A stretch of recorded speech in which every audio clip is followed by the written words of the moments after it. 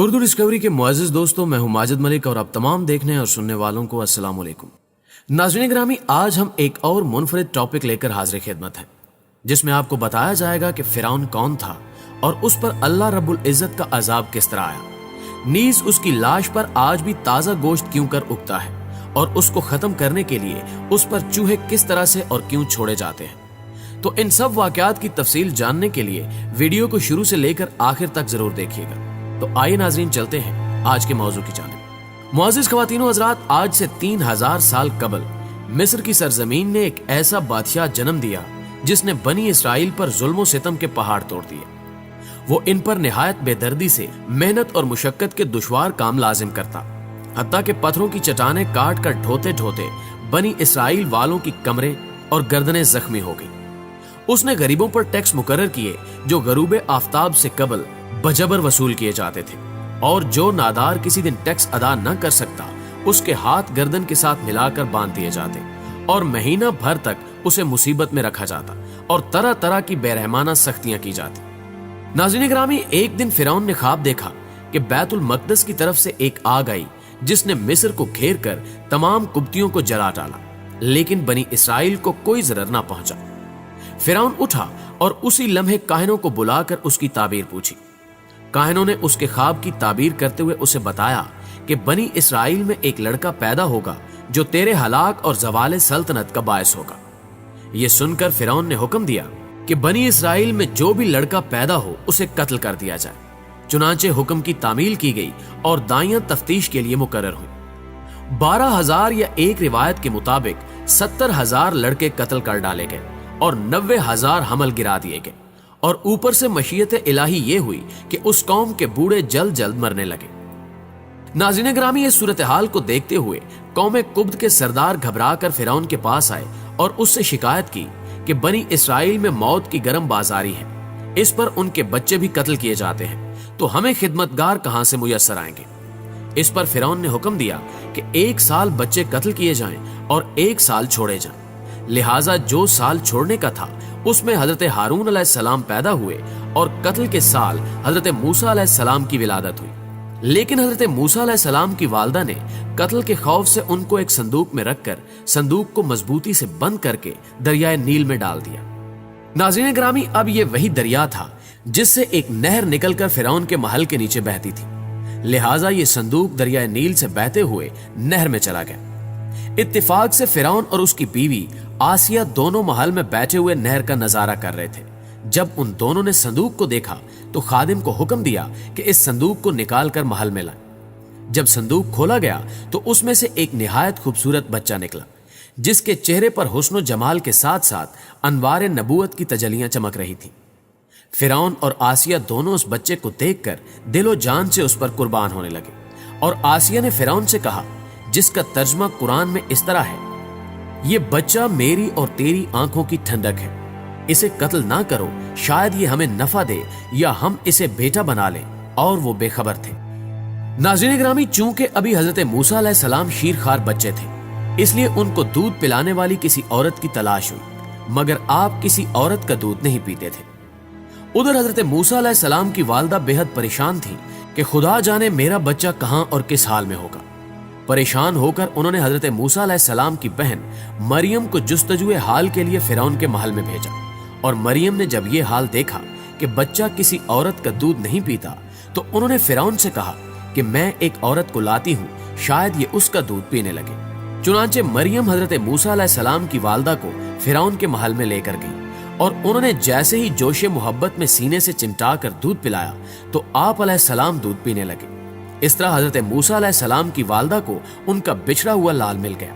اس واقعے کا تذکرہ قرآن مجید کی سورہ قصص میں بھی موجود ہے۔